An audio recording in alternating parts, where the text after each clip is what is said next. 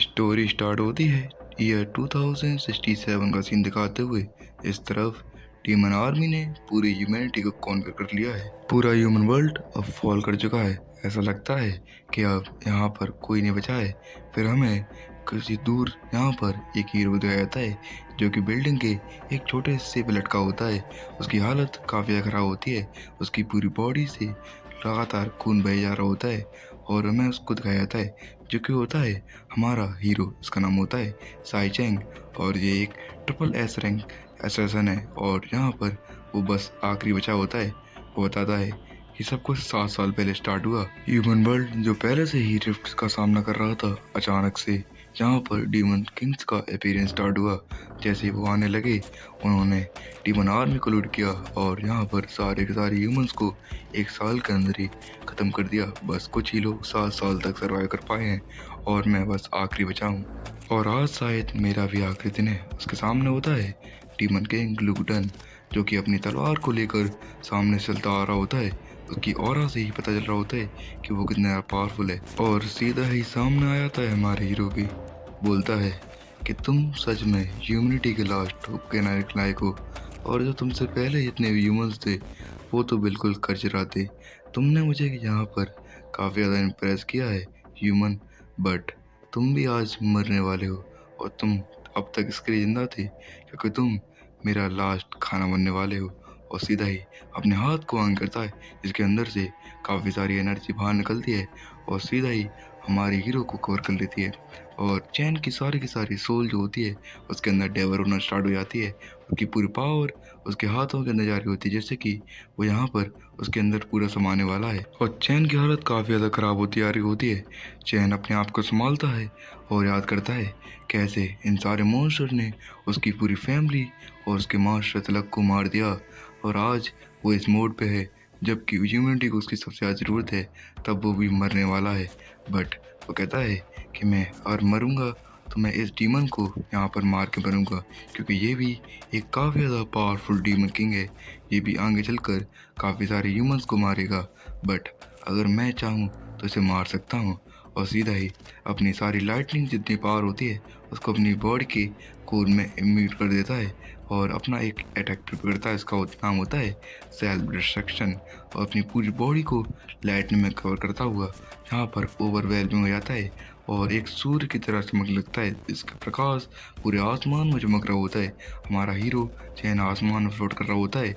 उसकी पावर इतनी बढ़ चुकी होती है जिसकी वजह से वो डीमन के अपनी बॉडी को वहाँ से हिला भी नहीं पा रहा होता है और सारे के सारे जितने उसके पीछे मॉन्स्टर होते हैं वो भी यहाँ पर डर के भाग रहे होते हैं। तभी हमारा चैन कहता है कि मैं तुझे यहाँ पर मार के मरूंगा। दूसरी तरफ ग्लूटन कहता है कि तेरी इतनी हिम्मत, तूने यहाँ पर मुझे कैसे रोक के रखा, तो जैसा कीड़ा मुझे कैसे रोक सकता है यहाँ पर। बट यहाँ पर हमारा जो हीरो होता है उसकी डिस्ट्रक्शन की पावर उस तक पहुँच चुकी होती है और सीधा ही उसकी बॉडी पर यहाँ पर सारे क्रैक्स आने लगते हैं और वो भी यहाँ पर मारा जाता है। फिर चैन के फेस की तरफ दिखाया जाता है, उसकी पूरी बॉडी पर क्रैक्स आ चुके होते हैं। मरते हुए सोचता है कि अगर उसके पास थोड़ी सी पावर और होती शायद से वो यहाँ पर सब कुछ चेंज कर सकता था। वो कहता है कि काश मेरे पास और भी पावर होती तो मैं यहाँ पर जो पहला डीमन किंग अपीयर हुआ था जिसने जो बाकी के डीमन किंग थे उनको यहाँ पर इस वर्ल्ड के अंदर बुलाया, मैं शायद से उसे हरा सकता था। तो जाकर मैं अपनी फैमिली और अपने मास्टर और अपनी सिस्टर को प्रोटेक्ट कर पाता। बट यहाँ पर सब कुछ डिफरेंट है।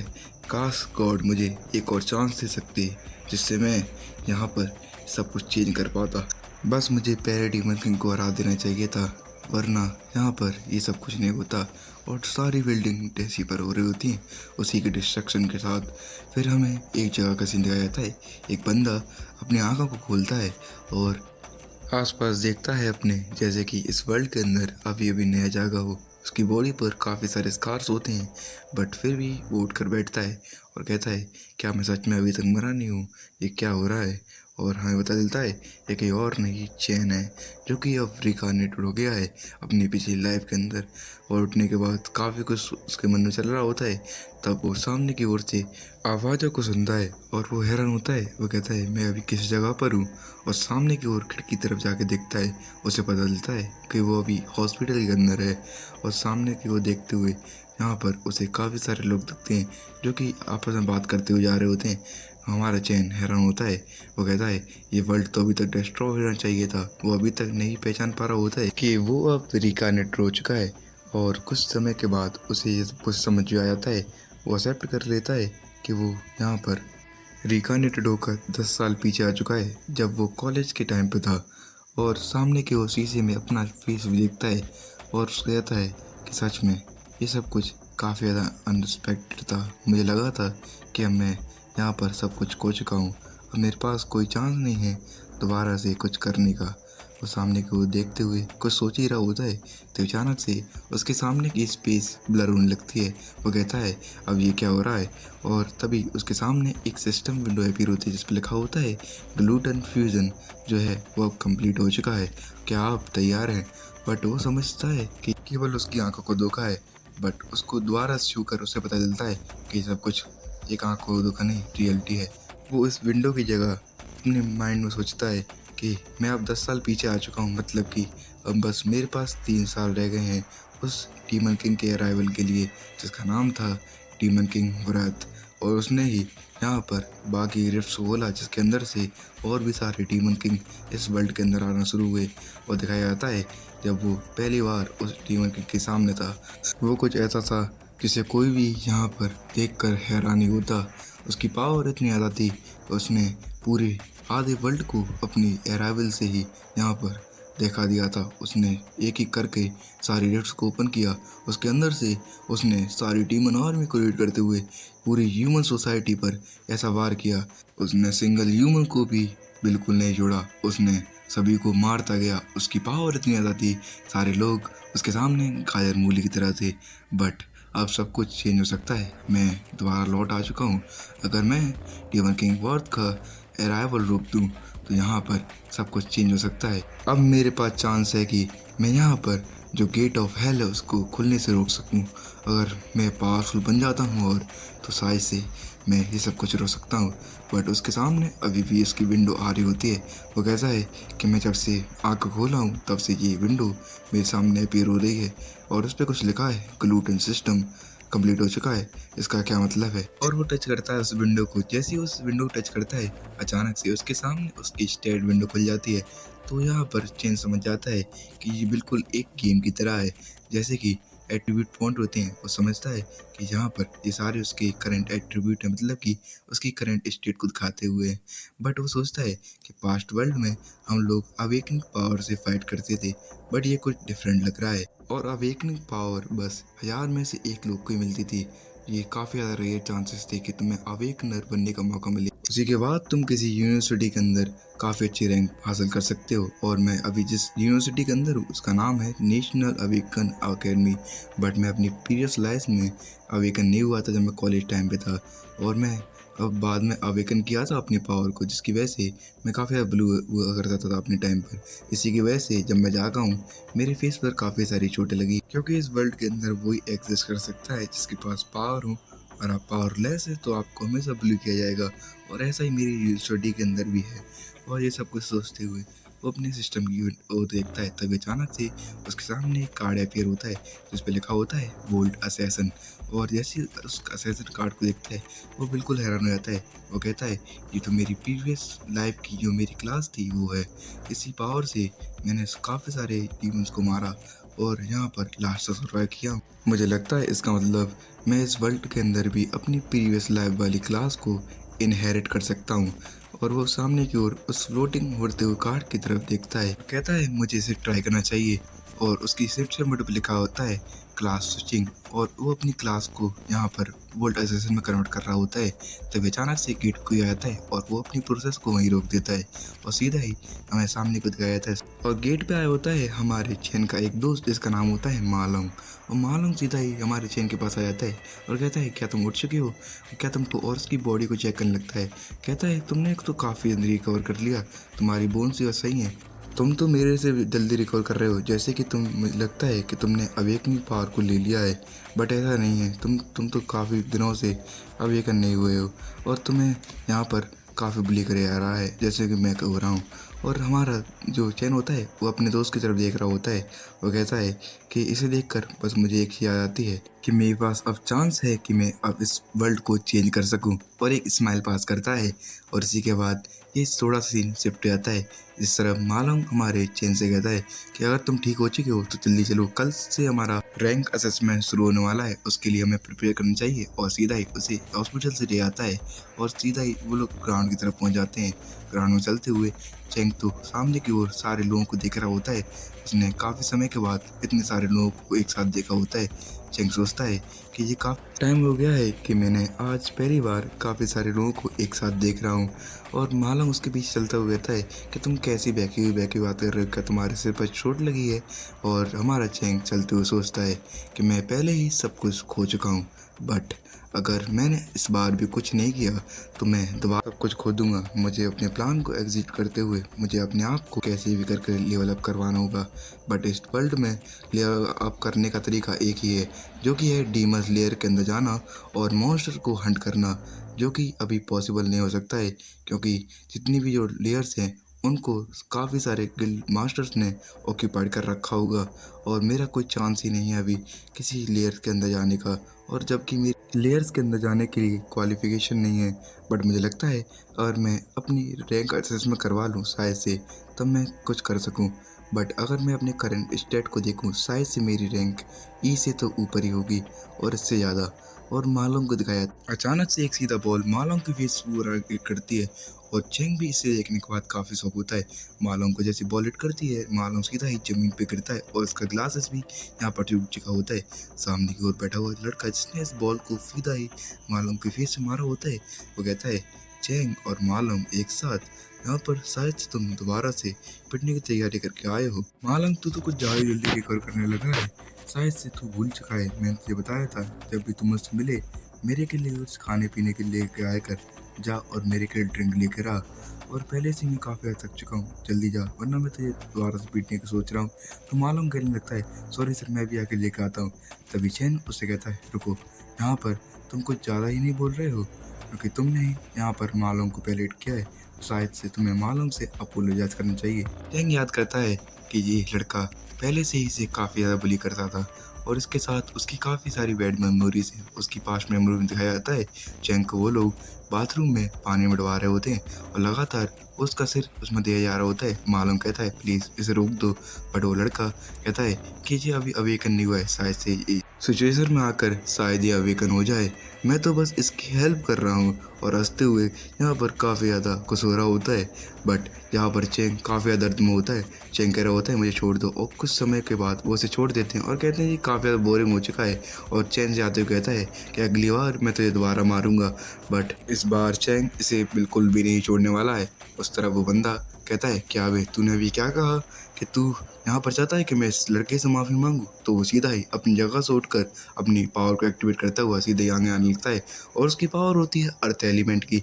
चैंग ये ई रैंक का अर्थ एलिमेंट अवेकनर है और ये इतना ज़्यादा एरोगेंट इसी के लिए है क्योंकि इसका ब्रदर जो है वो यहाँ पर काउंसिल प्रेसिडेंट है और ये इससे काफ़ी ज़्यादा पावरफुल है। इसका नाम है गोंग चैंग और ये इसी के लिए सारे के सारे जो वीक लोग हैं उनको बुली करता है। और जो गोंग चैंग होता है वो सीधा ही हमारे चैंग के सामने आकर खड़ा हो चुका होता है और कहता है क्यों भाई तू कुछ ज़्यादा ही बोलने लगा है, आज मैं तुझे दोबारा से पीट कर यहाँ पर तेरी औकात दिखाऊंगा। और अपनी अर्थ एलिमेंट की पावर से अपने हाथ में काफ़ी सारा मानव यूनिट कर लेता है और कहता है अब तू देख ये तो सच क्या होने वाला है। चैन उससे कहता है कि मैं आखिरी बात उससे कह रहा हूँ अगर तूने दोबारा से हम दोनों को बॉदर किया तो तू यहाँ पर बचेगा नहीं।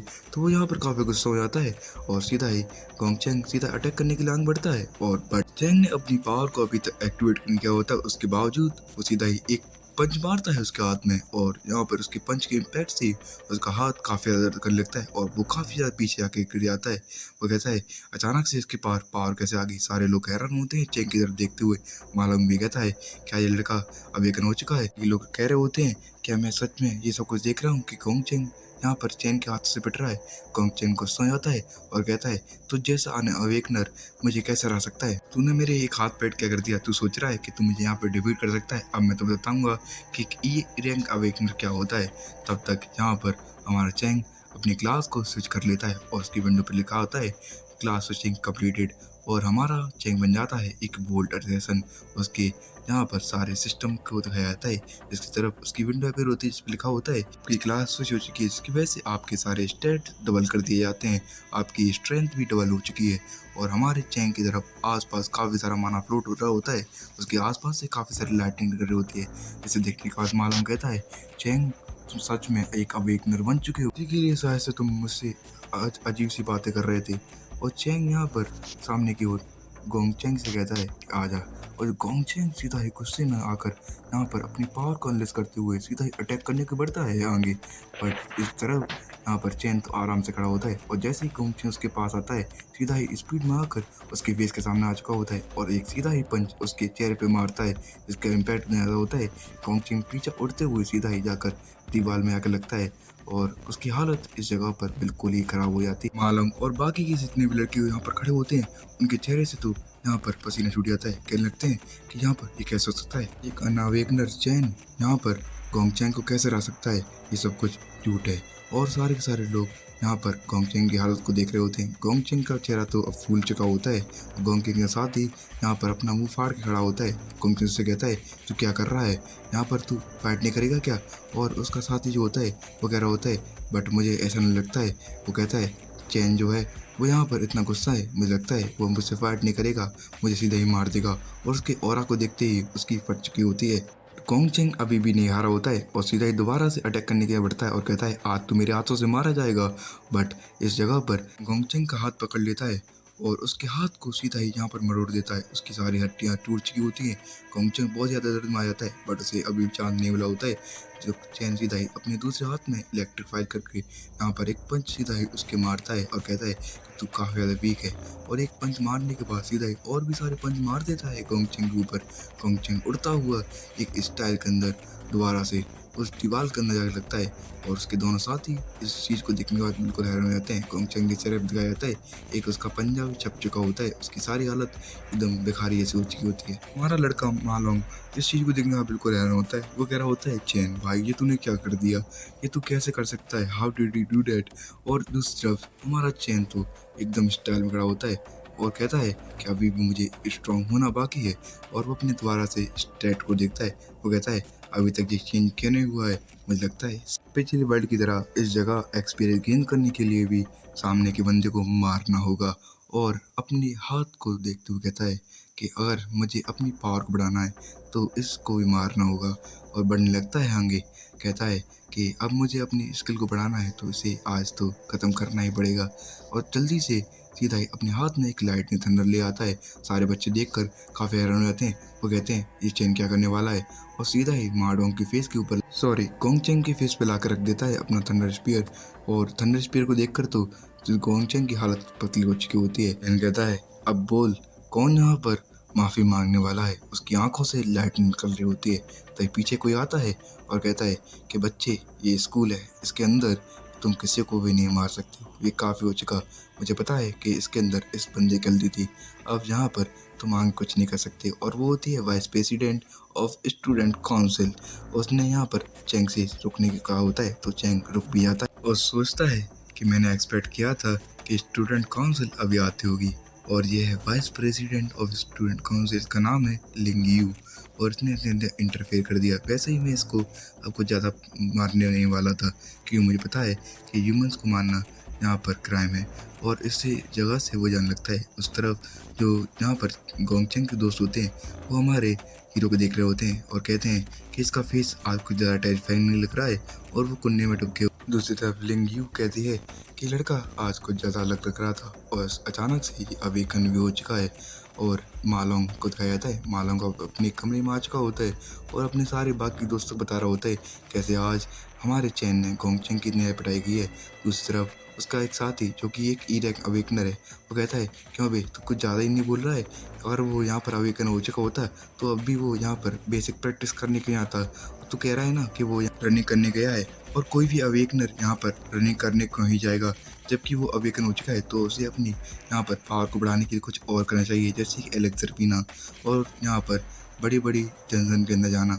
और तू यहाँ पर ऐसी बातें क्यों कर रहा है, मेरे जैसी बॉडी बनाना। और उसे अपनी बॉडी दिखाता है और वो सब कुछ सोच रहा होता है कि यहाँ पर शायद से चेन अवेकन नहीं हुआ है। और इसी के साथ हमारा ये सीन चेंज हो जाता है और हमें एक यहाँ पर रिफ्ट को दिखाया जाता है जिस तरफ बाहर की ओर काफ़ी सारे गार्ड खड़े होते हैं। तभी उसके अंदर से एक बंदा निकलता है और जो कि होता है स्टूडेंट काउंसिल का प्रेसिडेंट और उसका नाम है गोंग टियांग और ये गोंगचेंग का भाई है। उसके पीछे होती है यहाँ पर ली यून जो कि है vice president of student council. वो दोनों एक साथ उस डीमन लेयर से बाहर निकलते हैं और जैसे वो बाहर निकलता है उसके आसपास खड़े जितने भी गार्ड्स होते हैं वो उसे यहाँ पर ग्रीट करते हैं और गोंगियान सभी से कहता है कि आज के लिए मेरी ट्रेनिंग खत्म होती है और इस जो डीमन लेयर है सिक्योरिटी बढ़ा दो और कोई भी इसके अंदर ना घुस पाए और वहाँ से चलने लगता है। तभी यहाँ पर उसकी नजर जाती है दीवार पे खड़े हुए एक बंदे ऊपर जो कि उसका भाई होता है और उसकी तरफ देखते हुए कहता है कि तुम यहाँ पर मेरा काफ़ी समय से वेट कर रहे हो लगता है। तो दूसरी तरफ से गोंगचिन कहता है हाँ मैं तुम्हारा इस डंजन से बाहर निकलने का इंतजार कर रहा था तो शायद से तुम्हें पता चल चुका होगा मेरे साथ क्या हुआ है। गोंगचेंग कहता है उसने मुझे बहुत मारा और सभी सामने मुझे काफ़ी ज़्यादा ह्यूमिलेट किया। मैं तब तक नहीं सोऊंगा जब तक तुम उसे मार कर मेरे पास नहीं आते हो। और जिस तरफ जो गोंगटियन होता है वो कहता है ठीक है मैं उसे हैंडल कर लूँगा बस तू अपना ध्यान रख। और इसी के बाद हमें दूसरा सीन दिखाया जाता है जिस तरफ गोंगटियन बैठा हुआ अपनी टेबल पर डिनर कर रहा होता है। उसके सामने वाइस प्रेसिडेंट बैठी होती है। गोंगटियन पूछता है क्या वो लड़का सच में पावरफुल है।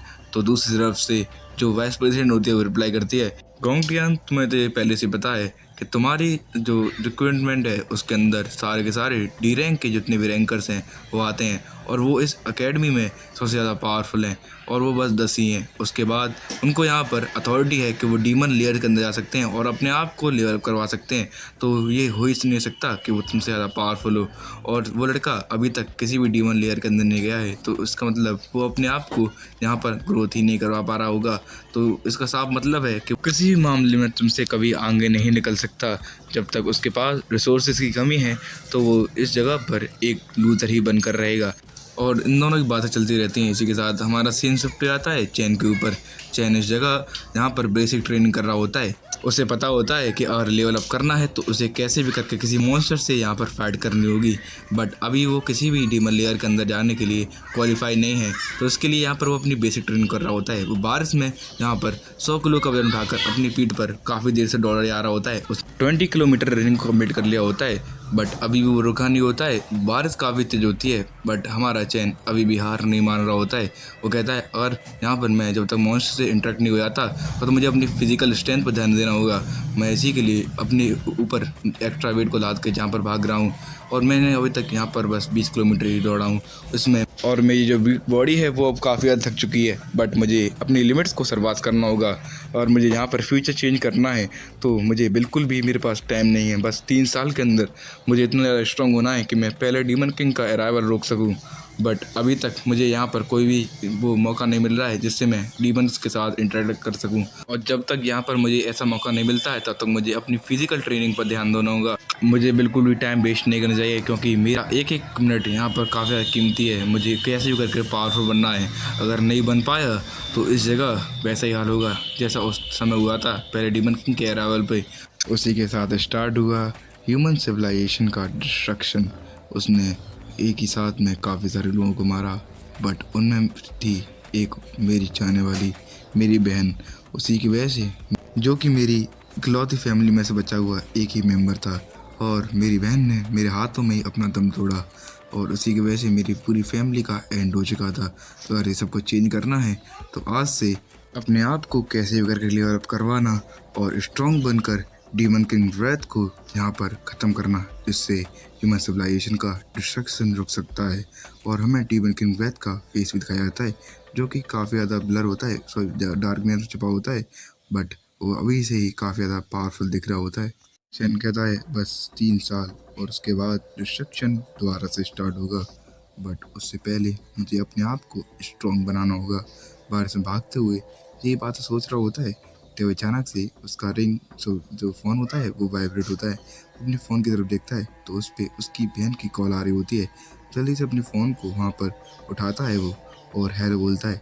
जैसे वो हेलो बोलता है दूसरी तरफ से उसकी बहन उसके ऊपर चिल्लाते हुए कहती है, क्या तुम पागल हो गए हो? तुमने तो मुझे आज के दिन इतनी सारी कॉल की हैं, कुछ पूछो मत। तुमने मेरे फ़ोन पर 50 मिस कॉल कर दी हैं। क्या तुम यहाँ पर सोच रहे हो कि मैं कहीं खो गई हूँ?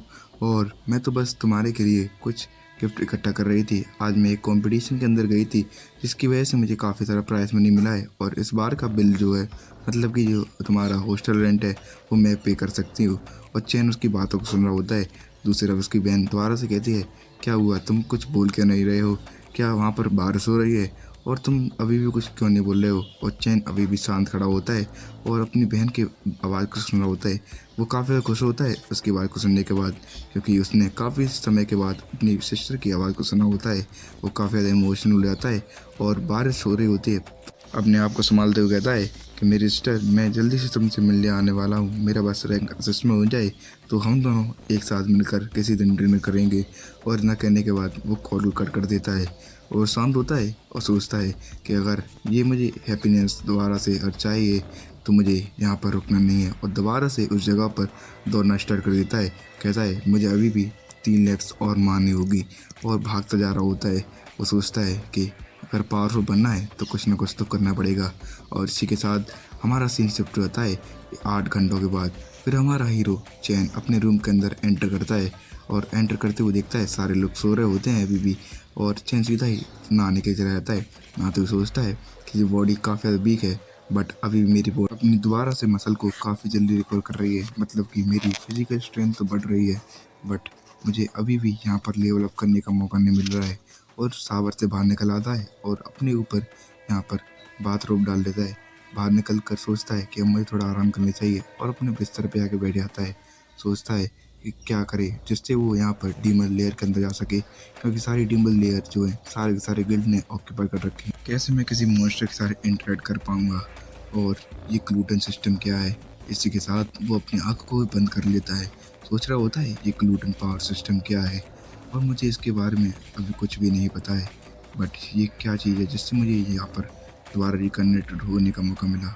और ये सोचते हुए उसे नींद आ जाती है और अचानक से हमारे सामने एक विंडो है जिस पर लिखा होता है ग्लूटन सिस्टम जो है वो अब स्टार्ट हो चुका है और लोडिंग हो रही होती है। और हमारे MC जो होता है वो अचानक से आसमान से गिरने लगता है और गिरते हुए यहाँ पर दोबारा से विंडो अपेयर होती है। जो होस्ट है वो अब ऑनलाइन आ चुका है ग्लूटन सिस्टम के अंदर और चैन जो होता है वो आसमान से काफ़ी स्पिन कर रहा होता है। अचानक से उसे भी यहाँ पर पता चल जाता है और वो अपने आँख खोलता है। जल्दी से बचने के लिए फ्लेम मारता है और सीधा ही ज़मीन पर लैंड करता है। वो काफ़ी जल्दी से यहाँ पर रिफ्लेक्सेस में आ चुका होता है और उसके सामने होता है एक काफ़ी बड़ा टावर। चैंग शॉक है कि ये सब कुछ क्या हो, बट आसपास की प्लेस को देखने के बाद वो भी समझ जाता है कि ये एक तरीके की डंजन है वो, और इस डंजन के अंदर एक अकेला ह्यूमन होता है और सारी चारों तरफ में उसके आसपास एक ब्लड से भरी हुई नहर यहाँ से निकल रही होती है और चैन इसी की जगह खड़ा रह जाता है। इसी के साथ हमारा ये एपिसोड जो है वो एंड हो जाता है। आगे नेक्स्ट चैप्टर में चैन के साथ क्या होगा, क्या वो इस डंजन के अंदर सरवाइव कर पाएगा और वो इस डंजन के अंदर कैसे आया है, ये हमें नेक्स्ट चैप्टर में देखने को मिलेगा। तो अगर आप मेरे चैनल पर नए आए तो चैनल को जरूर सब्सक्राइब कर दें और आपको और इसका नेक्स्ट पार्ट चाहिए तो ज़रूर कमेंट में नेक्स्ट पार्ट कमेंट कर दें और प्लीज़ सब्सक्राइब मेरे चैनल। और आपको वीडियो अच्छी लगती है तो वीडियो को लाइक ज़रूर कर दिया करें, क्योंकि मेरे यहाँ पर लाइक काफ़ी कम आते हैं और व्यू तो बहुत ही ज़्यादा कम आ रहे हैं। प्लीज़ वीडियो को शेयर भी कर दिया करिए।